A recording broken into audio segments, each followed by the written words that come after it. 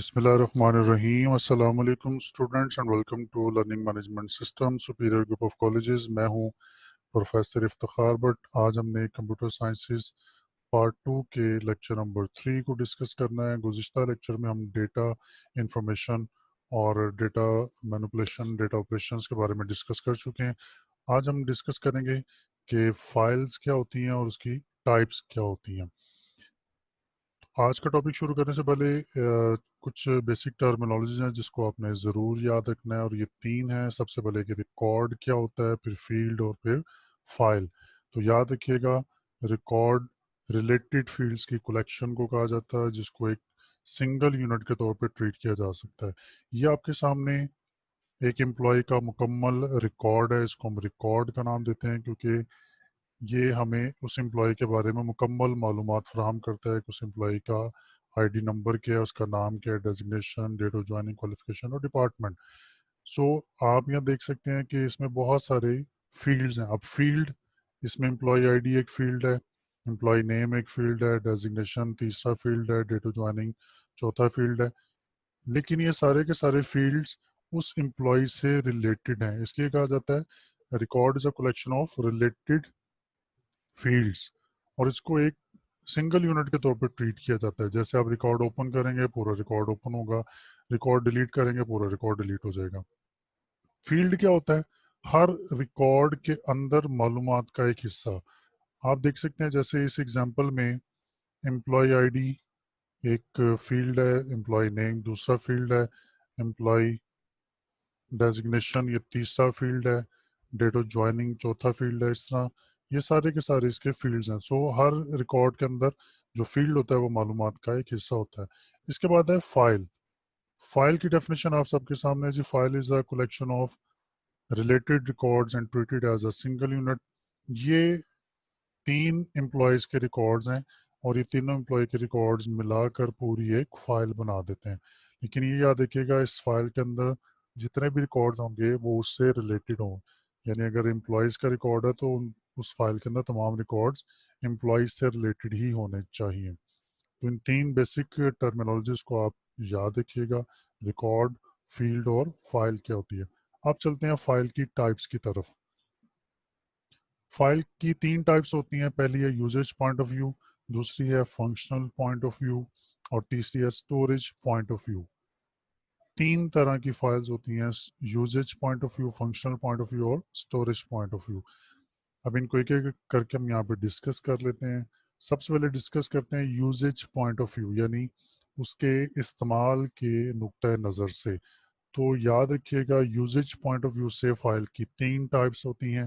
पहली है master file, दूसरी है ट्रांजैक्शन फाइल और तीसरी है बैकअप फाइल। फाइल के कॉन्सेप्ट को ध्यान में रखिएगा। File is a collection of related records and treated as a single unit. ये डेफिनेशन आपने याद रखनी है। अब वन बाय वन इन तीनों टाइप्स को हम डिस्कस करते हैं। सबसे पहले है मास्टर फाइल। इसके नाम से वाज़ेह हो रहा है, मास्टर फाइल का मतलब ये होता है कि ये हमारी एक मास्टर फाइल होगी। इसमें तमाम रिकॉर्ड्स जो होंगे वो अपडेटेड होंगे। ये लेटेस्ट अपडेटेड फाइल होती है। यानी आपके रिकॉर्ड्स में जितनी चेंजेस होने के बाद वो तमाम चेंजेस जिस फाइल में आके स्टोर होती हैं वो आपकी एक मास्टर फाइल होती है। ये जब से बनाई जाती है उसको एम्प्टी नहीं रखा जाता, यानी ये कभी भी खाली नहीं होगी, इसमें रिकॉर्ड्स मौजूद होंगे।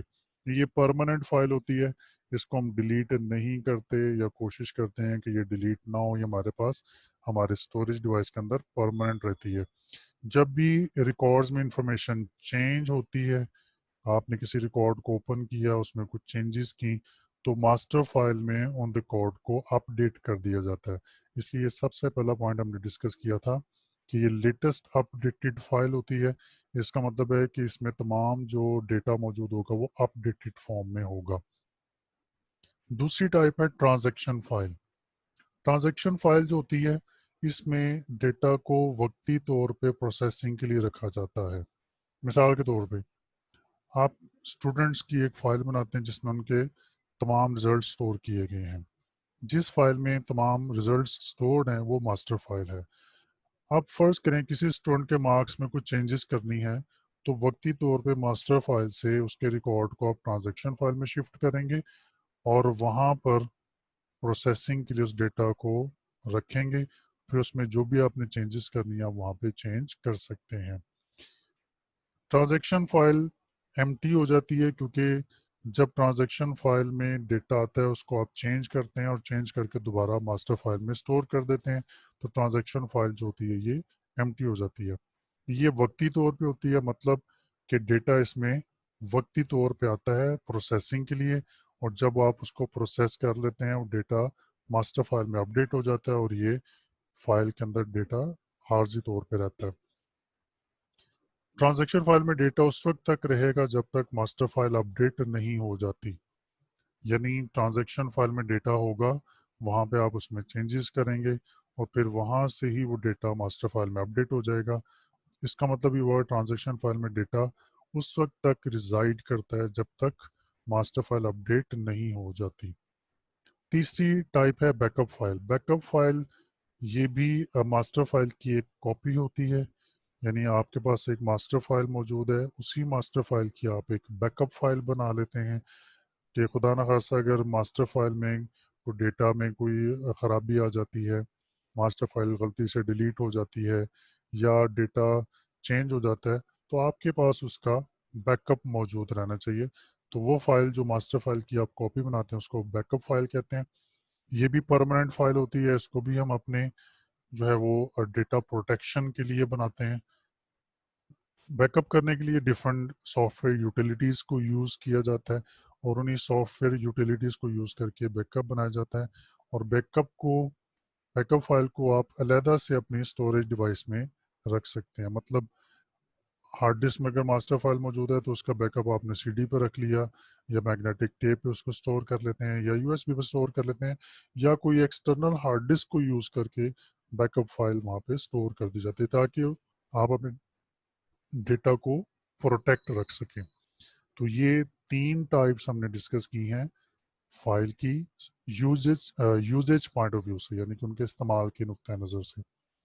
अब देखते हैं फंक्शनल पॉइंट ऑफ व्यू से फाइल की टाइप्स कौन सी होती हैं।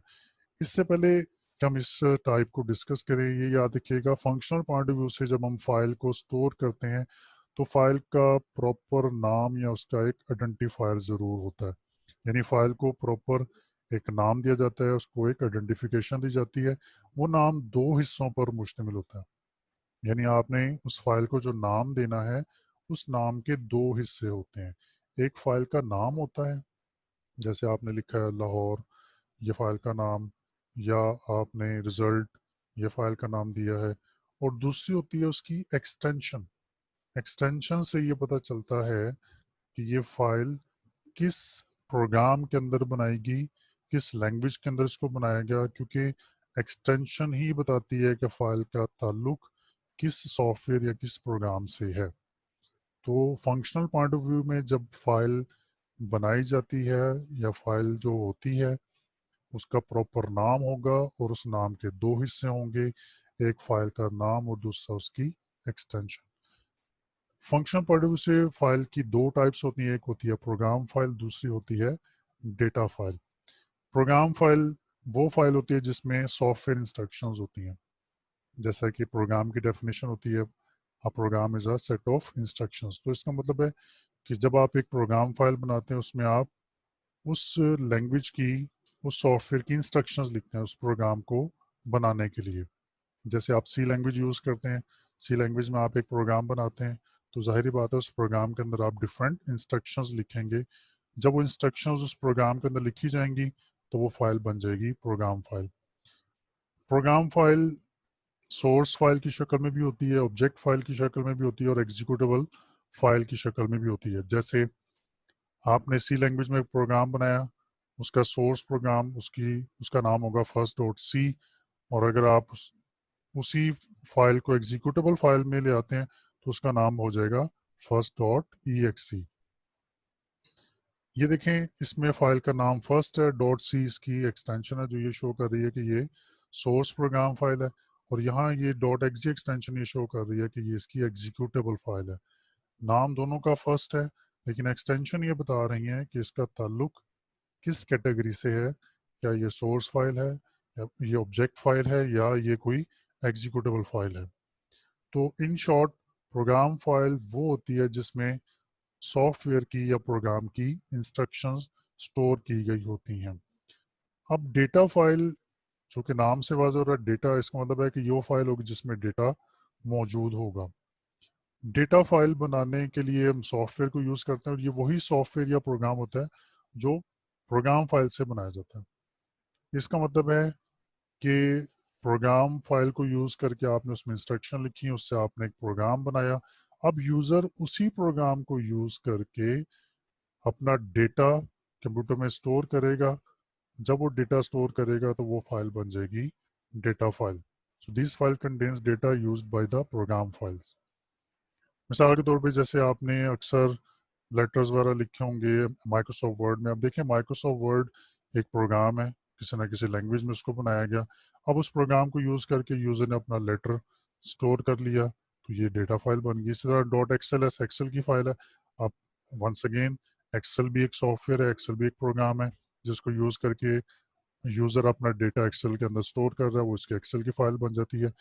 तो डेटा फाइल वो होती है जिसमें कोई भी यूज़र अपना डेटा स्टोर कर सकता है किसी भी प्रोग्राम को यूज़ करते हुए। तो स्टूडेंट्स, आज हमने दो अहम बातें डिस्कस की।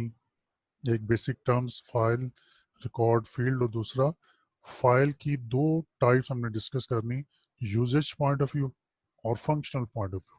इंशाल्लाह तीसरी टाइप के साथ दोबारा फिर आपसे मुलाकात होगी। तब तक अपना बहुत सारा ख्याल रखिएगा। अल्लाह हाफिज़।